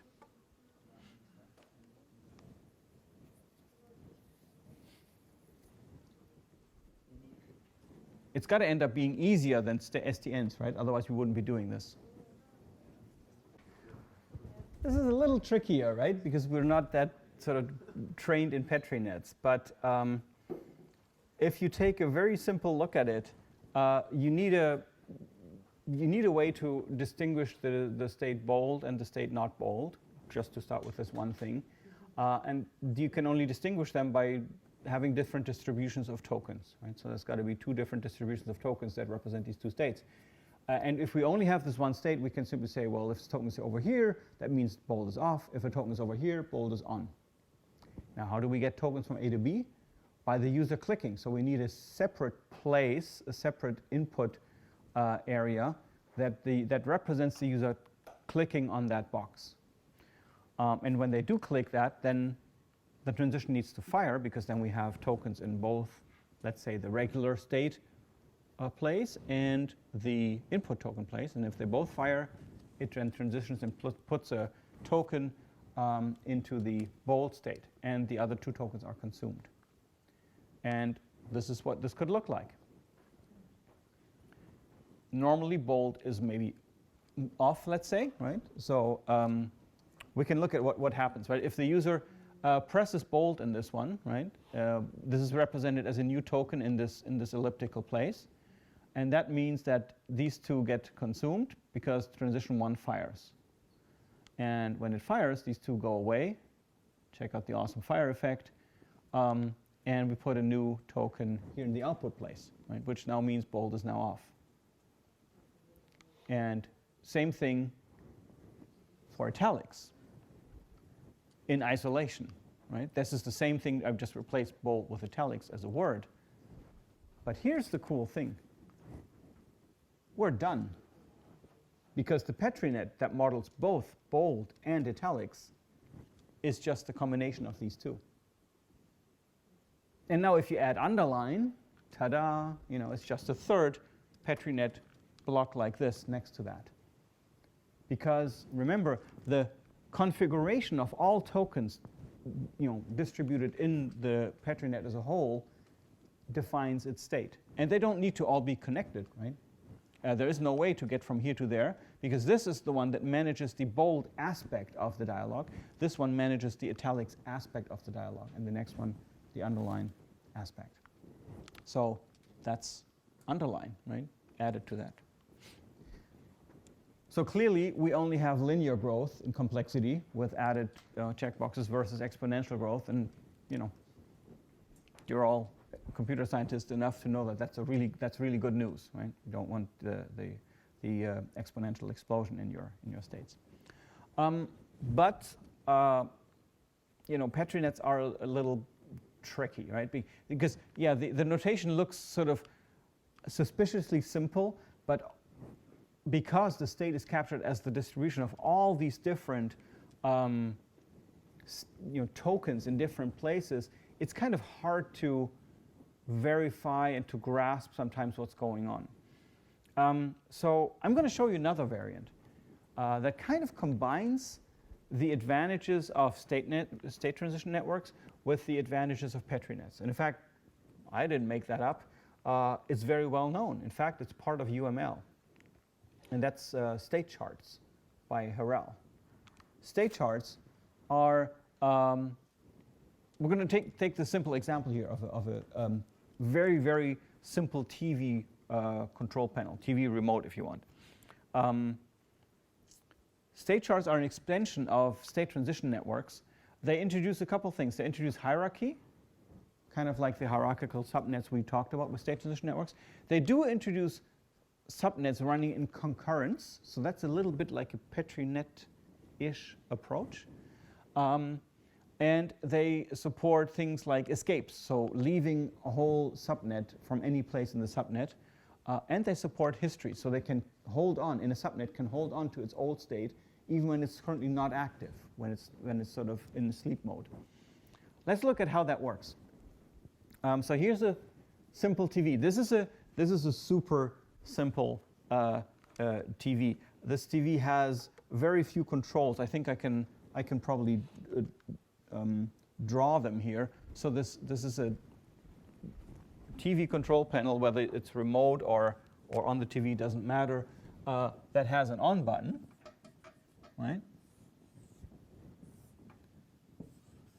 It has an off button, and it has a reset button,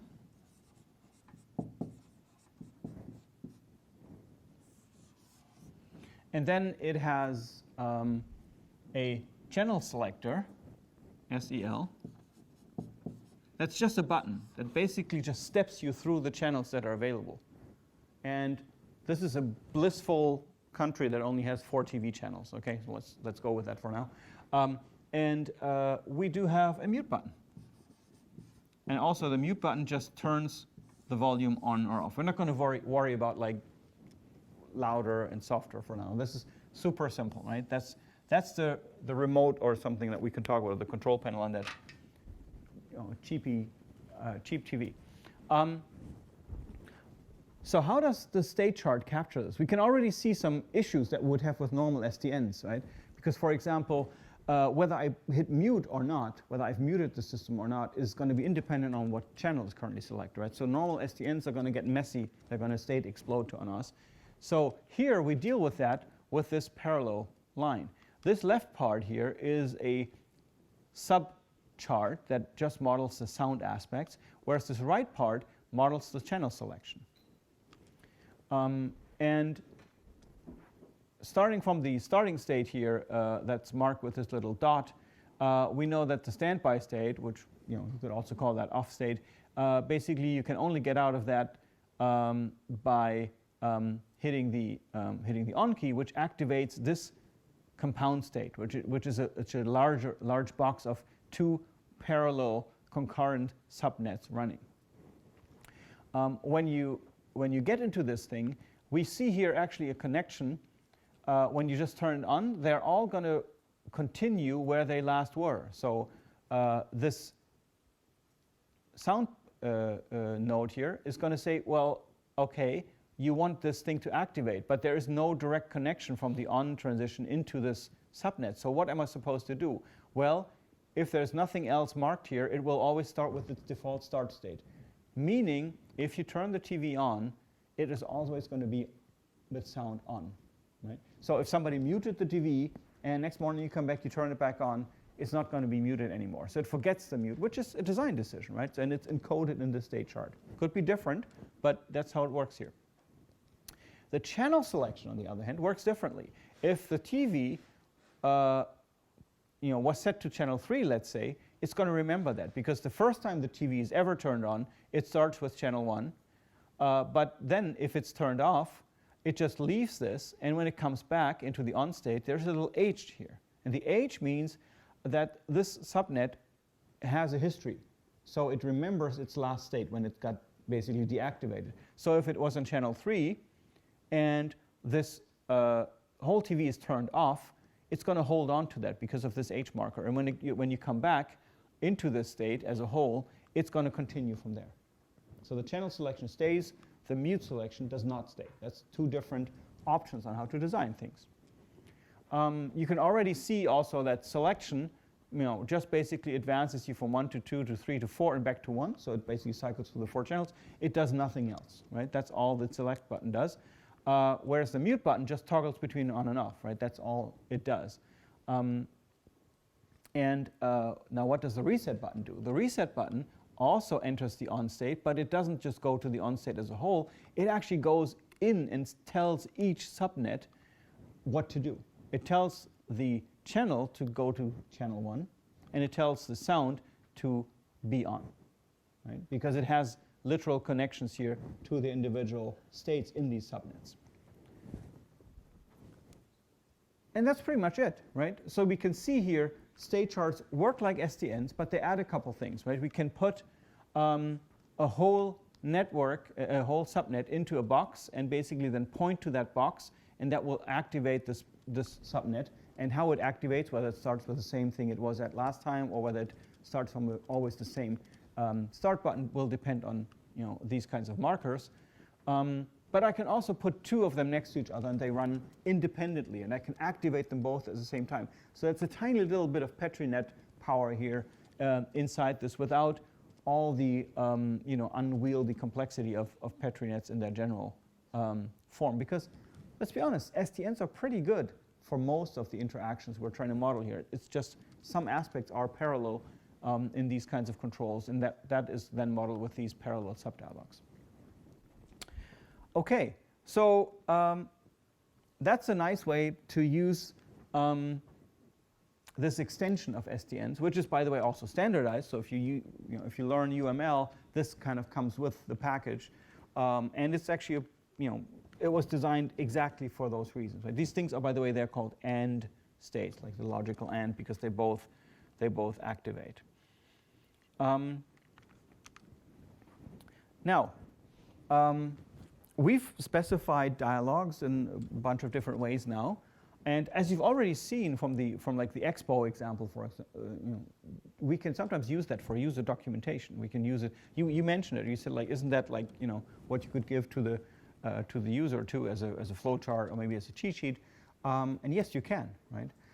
So some dialog descriptions are clear enough to actually serve as user documentation, kind of like GOMS also did. And that's especially true if it's not too formal and if it uses screenshots. You saw that in the Expo exhibit example. I'm going to show you a much simpler example on a digital watch. Right? If you have a super simple digital watch and you get a user manual with it, which is usually printed in 4-point font, right, on a piece of paper that you need to fold 15 times, it's going to look something like this. And that's actually not so much different from a state transition network, if you think about it. So for example, this clock here has a specification. Let's say, a designer did this specification and said, this is how I want this clock to work. Right? So the developer gets to work to write the embedded code to make this watch work this way. So it looks like this thing has a time display and a stopwatch. And we can transition between these two by, when we're in here, by hitting the A button, right? If I hold the button down for 2 seconds instead of just hitting it shortly, I get to setting an alarm. And if I hit that button again, I can then set the time. And if I hit that button again, I get back to the normal display. Now, maybe not the greatest watch, right? This might be a little cumbersome to use, but that's not my point. My point is the A button is sort of the button that changes mode, right? Whether you press it shortly, it toggles between these two. If you press it long, you then enter this one, and you can go back to the main mode. Sounds pretty good, but are we actually done with this kind of description? Well, if you look at it closely, you don't have a complete specification here. This would not be easy to program. For example, if I actually press down the A button should the moment I press the A button down, should it go to the stopwatch? And then if I keep holding it down for 2 seconds, then display the alarm setting? Or should it not do anything when I depress the button and wait whether the liftoff comes before 2 seconds or if it takes longer than 2 seconds, and then decide whether it goes to stopwatch or alarm setting? Yeah, you're playing with your stopwatch, right? Good. So you can see that's not specified here, right? And that's going to be something that the developer is going to ask themselves, right? They don't know how it's supposed to work, and they don't have the skills of a user interface designer, so they don't know which solution is going to be the easier one to use. So they're just going to, fly by the seat of their pants, make some selection, make some decision, probably based on ease of implementation, right? So what that means is we actually need to, if we want to specify this correctly, specify what happens on depress and on liftoff. And we need to do that in all states. So here's what that would look like. One design solution, right? I'm not saying that's the better one, but it's at least saying what we want. If I'm in time display and I press down the button A, I want to immediately see the stopwatch. Right? Immediate response kind of maybe is that could be our motivation for that. If I then let go, I show the stopwatch. Nothing happens, right? I stay there. If, however, I depress and see the stopwatch and I keep holding, then after 2 seconds it should move from stopwatch to alarm setting. If I then let go of A, I'm going to stay in alarm setting. Now, if I depress A, briefly, I enter time setting. And as you can see, there's no timeout here. So I can hold A as long as I want. Doesn't matter, long or short. I'm always going to immediately enter time set, and the release is going to keep me in time setting. Similarly, if I now let go of A, oh, sorry, I think that's missing something here. That should probably be a press here in this one. So if I press A here, I immediately get back to this main dialog, and then if I release, I'm going to stay in the normal time display. Right? So you can also see if I'm in stopwatch and I hold down A, I of course usually would enter time display immediately, but if I wait for 2 seconds, I always also end up in the alarm setting. So, and that's just one button on this clock. So you can see, actually, it's not easy to specify correct user interface behavior, but if you don't do it, the selections that the development team make may not be in the user's or your best interest, right? I just wanted to illustrate the complexity of this, and that actually sometimes it really matters to go down to these small details to get the interaction just right. So to go back, we talked about the graphics editor a lot now, right? Let's look at a text editor, for example. This is a piece of code that shows what does it show us? What does that code do on the right-hand side?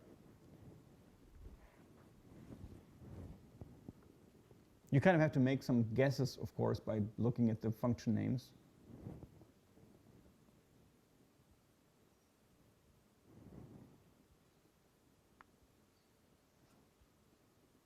Yeah. Selecting some text. Yeah, it's just selecting some text with the mouse, right? By dragging over it, like click down, right? So mouse button down starts the selecting mode and marks the start. And then while I move the mouse, if the selecting mode is on, then I extend the selection over the current position. And then if I lift off, then basically if the mode was selecting, then I'm going to go back to normal mode and mark the end of the selection.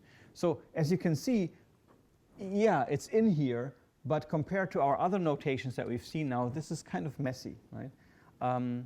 So I'm hoping that at this point you can see that using dedicated languages, whether it's a textual description, whether it's a graph description, whether it's a formal notation of some sort, actually helps us to bring out the meaningfulness, the meaning of an interface and the syntax of how an interface is supposed to work in better ways than using this kind of text description. If you want to read more about this, then I can recommend taking a look at chapter 16, as I said, from Alan Dix's book, that talks about these notations in more detail, and some examples were taken from there, and also Designing the User Interface by Schneiderman. I think that this fifth is that still the latest edition? Well, there might be an update here that we may need to put in. I'm not sure whether he did another one. But chapter 5 is on these questions of notations. All right, so that wraps it up, I guess. We showed this last week when we gave you guys an overview of where the class has been going. But just as a summary, I think this is nice to see. We've talked about the human models of interaction, performance, affordances, mappings, blah, blah, blah. We've talked about visual design. You've learned the PARC principles or CRAP principles, depending on which one you prefer. 7 stages of action, CMN model, etc. Then we moved to the history of HCI, some visions of HCI and technology phases to touch on case studies to see how the discipline has evolved and where it might be heading. And then we talked about the development process, right? So while this knowledge about the human on a very fundamental level, you can hold on to this for the end of your career, for the rest of your career, right? The human brain is probably not going to be getting replaced by version 2.0 anytime soon. So our reaction times are probably not going to be changing drastically. So yay, much better than learning Java library calls and then forgetting about them 5 years later because everything has changed. Also, these techniques on iterative design, user observation, ideation, prototyping, user studies, evaluation, and also the notation will likely help you with much more than just designing interfaces, because a fundamental sort of care of understanding what users might actually be needing and how to find out about that and empathize with them is going to be necessary in all kinds of software projects you do. Even if you're not the one designing the interface graphically, you may be responsible for setting project goals, determining actual requirements, etc. So make sure to apply this idea of, you're the user advocate, right? You're holding up the flag of making sure, but it has to work for them, You're going to be holding up that flag in any design team that you're a part of. What's next? Well, we have DIS2, Designing Interactive Systems 2, coming up in summer, a 6-credit class like most of our classes. This is the homepage. You probably guessed at this point. And this class will peel back the UI and look behind it and find out what makes a user interface actually tick, what makes it actually do stuff. It's a class I really enjoy because I give you guys a chance to get your hands dirty with all kinds of different toolkits, right? So you will be playing with Java, and you'll be playing with, we'll be going through how Windows, how Mac OS, how, like I said, Java, how mobile platforms work, how haptics and auditory interfaces work differently from visual interfaces. So it's going to be closer to sort of computer science as a discipline, because we're going to get back to coding, back to programming, but with the knowledge of DIS1 under your belt, so you can then see how you can technically implement these things. And since I firmly believe that you won't be just the people who write apps with toolkits other people wrote, but you'll be the architects of future toolkits and system architectures for the next generation of cool gadgets and technologies, that class should give you the understanding on how to think about UI systems on a technological and on an architectural level. The other class, Current Topics in HCI, is much more about science and research. It's the most advanced class that we teach from an academic point of view, maybe. It also consists of 2 parts. The first part is a careful review of how you do HCI research. So how do you run a user study if you want to actually get it published in a Chi paper? Or how do you do a grounded theory approach? How do you analyze your data? How do you set up your experiment, etc.? What are even different styles of research in HCI? Because there isn't just the controlled experiment of A versus B and which one is faster, right? There's many more variants that we're going to talk to you about. And then after that, it's kind of, it's a little bit like, you know, Germany's next top model for I-10 assistance. Because, yeah, her head is perking. I was like, what? No, the idea here is we're going to have all of our PhD students will be summarizing current HCI research that is going on in the community, beyond our lab, right, obviously. But with a lens and a focus of interest to the things that we find particularly exciting. So, A, you learn about HCI research that's going on currently in a variety of areas. That can be from augmented reality to soft robotics, to maker documentation. That would be one of the things that Marcel has been looking at lately. To stuff like virtual reality. So it's going to be a broad mix of things that we have been working at, and that, you know, the domains that we've been working inside. And the advantage of that, of course, is if you have ideas about doing your thesis at our chair, this class is great to figure out, you know, which direction at our lab you find most exciting, and then you can go and talk to that PhD student, figure out if there's a thesis topic that you might want to get involved with. So I can recommend these classes highly. And finally, if you're interested in any of these things, whether it's a thesis or maybe you know, a HEVI position at our lab because you're looking for better ways to spend your life than serving, you know, burgers at McDonald's or something, then look at our homepage/jobs. That has a little bit of a short instruction on how to get in touch with us about the opportunities we might have. Put briefly, I'm mostly interested in finding out about what kind of work you enjoy doing. Like, I love soldering, or I love running user studies, or I love writing code, or I love designing graphical UIs, or whatever, you know. And then we will find, hopefully, some kind of project, or we can identify the project that we're currently working on that have the available work packages and topics that you can, you know, sink your teeth into that are most aligned with your interests and talents. Okay, so that's all I wanted to say about this. For next week, I can say we've got presentations coming up. 4-minute video, 9-minute Q&A. I think that's still correct, right, for the semester? Yeah, right. Yeah, and please make sure that you and your fellow group members are all here, right? Would like to see all of you guys. And be there a little early because we need to start on time. We've got a lot of stuff to get through, and we don't want to go over time. With that, thanks everybody for being part of the class. Hope to see you again next semester. Also, of course, really looking forward to next week's presentations. Good luck for those. And thanks for being in DIS1.